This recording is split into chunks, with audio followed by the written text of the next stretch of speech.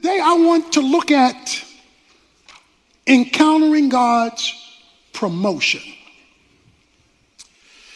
A promotion is when you are lifted from one level to another level. Many of you know what it is to be promoted in your job, or to be promoted in your experience, or to be promoted from the JV to the varsity team, to go through things that lift you to a higher level. In our story today from Daniel chapter 3, a promotion is going to take place. Meshach, Shadrach, and Abednego, they are going to experience a promotion. But it will not come without a trial. They're going to encounter God in a bad situation.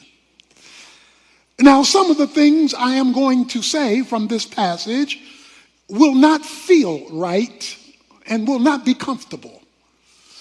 But that's okay, because the more uncomfortable it is, the better possibility for a divine encounter.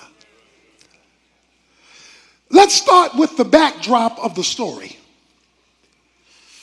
Meshach, Shadrach, and Abednego find themselves working in a secular culture. They're in Babylon. Babylon is an evil, pagan, and idolatrous country. Because of Israel's sin, God told Babylon to invade Israel, and they brought out many of the young people back into Babylon to live and to work. Daniel, along with the 3 Hebrew boys, are part of the group that was brought from Israel to Babylon, and now they have to live their life and do their work in a non-Christian environment. Many of you tomorrow will go to work in a pagan environment, where the people you work for and the people you work with do not share your Christian worldview. They do not believe what you believe. They do not act like you act. They do not walk like you walk. They do not talk like you talk. But that's the world you live in, because you have to provide for yourself, for your family, and you will find yourself in an unrighteous environment. That was the 3 Hebrew boys. They found themselves working for the federal government because they were administrators in the regime of Nebuchadnezzar, who was the governing head of Babylon. So they were government employees working for a pagan government. They were sent to a Babylonian school, it says in chapter 1. It says that they were indoctrinated with Babylonian thinking. It says they were even given a Babylonian name after the name of a Babylonian god.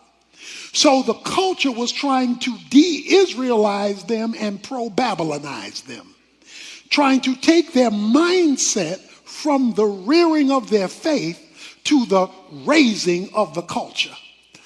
And so you and I, like the 3 Hebrew boys, are caught in a cultural tension. How we were raised and what we're taught to believe, and where we have to live and earn our money. Where we have to live and function, or the people we have to be around, because that's the nature of the job in which we're situated. How do you be Christian when the environment you're in doesn't support your Christianity?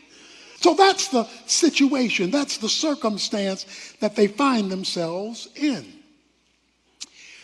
Well, something happens in the beginning of the chapter 3. Nebuchadnezzar, the head of Babylon, develops a theo-ego. Theo is God. Ego is your mindset. He developed a God mentality. He deified himself. It goes on to say, in the first 9 verses, you'll see 7 times discussion about this image he built to himself. He builds a statue to honor him, 90 feet tall and 9 feet wide. He not only builds a statue, he comes up with a law The law says that everybody is supposed to bow to the statue of Nebuchadnezzar. He calls all of his leaders together and he says, I want you all to bow. And then he gives a warning in verse 6. Whoever does not fall down and worship shall immediately be cast into the midst of a furnace of blazing fire. Okay, watch this. Now, the issue boils around one thing. Who you gonna worship? It says he built a statue and he says you are to worship before the statue. At the heart of the Bible, from Genesis to Revelation, is this issue of idolatry. For those who may not remember the definition of an idol is any noun, person, place, thing, or thought that becomes your source. So any person, place, thing, or thought that becomes your source has now become your God. Anything that competes with the God of the Bible as the thing you ultimately look to as your source is your God, no matter whether you call it your God or not. You and I live in a culture that not only wants our work, they want our worship. Because they often ask us to compromise biblical values in order to be accepted or in order to be promoted. So Shadrach, Meshach, and Abednego found themselves in a dilemma, and their career was on the line. While all of this is taking place, racism reared its ugly head.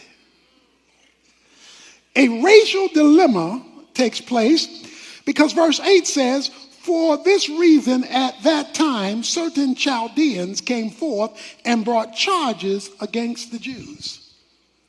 So some Babylonians brought charges against the Jews. They didn't like the Jews. They didn't want the Jews working at the company. And the reason they didn't like the Jews is, one, they were Jewish, and two, they brought their faith to work. See, they knew they were followers of God. So let me ask you a question. If you were accused of being a Christian on your job, would there be enough evidence to convict you? Or would you be found innocent of all charges? Because your faith is very vague. You know it, but nobody else does. They were clearly followers of God, and they were Jewish. They could not condemn them because of their work, so they had to condemn them because of their faith. So these three Hebrew boys find themselves on a horn of dilemma because now the Babylonians who work with them, their co-workers, come and say and play politics. You know how politics is in the office. They come and play politics. They said, oh, Nebuchadnezzar, you got these Jewish guys here and they won't bow. Oh, they come to work, they do their job, but you told them to bow to the company. And they're not bowing to the company. They're not submitting to the authority of the company. So Nebuchadnezzar, when he finds out this minority group would not bow, he said, bring them here. Verse 13, bring me Shadrach and Abednego here. And in verses 14 and 15, he says, I'm going to give y'all another chance. And then he asks the question, if you don't bow, verse 15, if you do not worship, you will immediately be cast into the midst of a furnace of blazing fire. And what God is there who can deliver you out of my hands? Now that's the question. The question is, I'm so powerful. This company is so strong. This government is so much in control that if I fire you, you will be fired. And you don't know anybody who can overrule my decision because I'm the man. Shadrach, Meshach, and Abednego responded to the king. Okay, I don't know if you caught that. Shadrach, Meshach, and Abednego responded to the king. So they either all talked at the same time or one talked for all three, because it says all three responded. That's why you need to hook up with some other Christians in your company so that you're not standing there alone. Okay? So they responded to the king respectfully. Let us answer you. If so be, our God whom we serve is able to deliver us.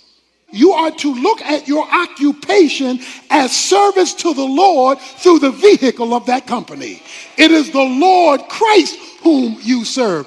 So they say, we may work for you, but we serve the Lord. The God who we serve is able. The God who we serve, because that's what got them in trouble in the first place. Their co-workers knew that they served the Lord in their job description. But most Christians, many Christians, divorce their everyday work from their service of God. And these three boys didn't. But because we serve him, the God who we serve is able to deliver us. But let's hear the rest of the story. Even if he does not. Because there are two things you need to know about God. He's powerful, so he's able, but he's sovereign, so he can choose. God must have the option in any situation to choose what the right thing is to do at that moment, and sometimes he does not. And you need a theology that covers when he doesn't. Because if you don't have a theology that covers when he doesn't, then you're going to be mad at him when he doesn't, because somebody told you from the pulpit he's able. So you got to keep both in tension. And about both, you must say the same thing, because they say, even if he does not, let it be known to you, O king. We respect you. We're going to work for you. We are not going to serve your gods or worship the golden image that you have set up. Because it says in verse 19, then Nebuchadnezzar was filled with wrath. Filled with wrath. And his facial expression was altered. He's contorted. He's contorted. Who do you think you're talking to? I don't care that you said it respectfully. Do you know who I am? Guess what he does? He is so hot, no pun intended. He is so hot. He gave orders in verse 18 to heat the furnace 7 times more than it was already heated. This is like your boss saying to you, look, if you don't do this, not only will I fire you, I will see that you never work in this kind of business ever again. I'm the man. You talking about you not going to bow because you got some other spiritual commitment. So the men who brought them to the furnace was so hot, it burned them up. The Bible says the men who brought them got burned up. That's how hot it was. They tied him up in verse 23 and threw him into the midst of the furnace, still tied up. So they tied up their hands, tied up their feet, and threw him in. God didn't deliver them from the furnace. He let them get fired.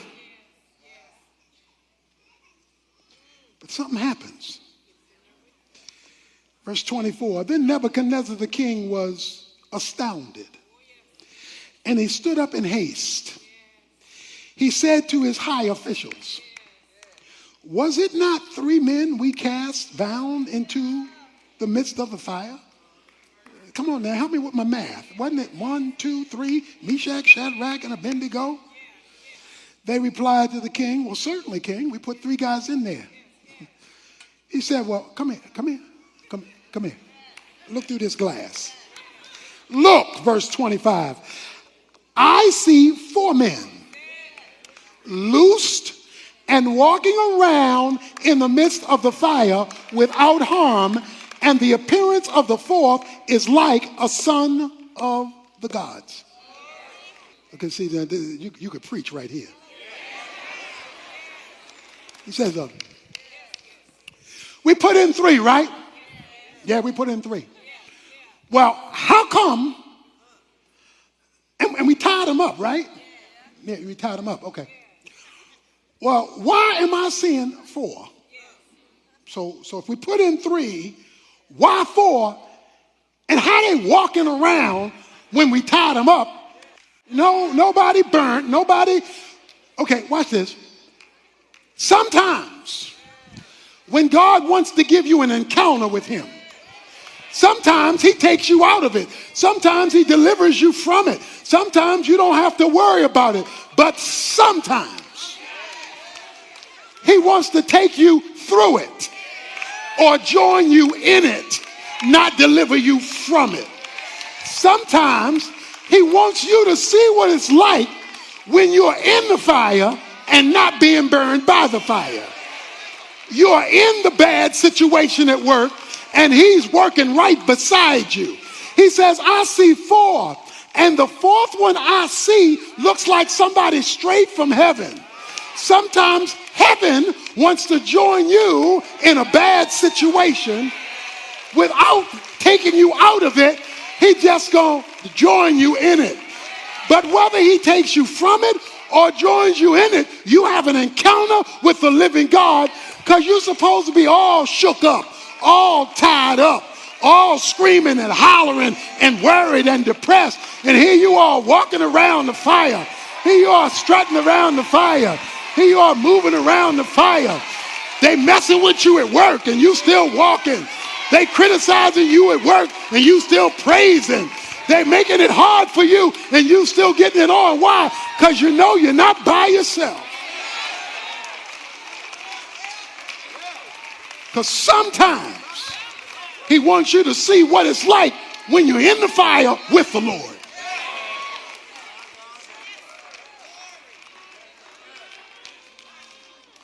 Why? Why, God? Why are you going to do this?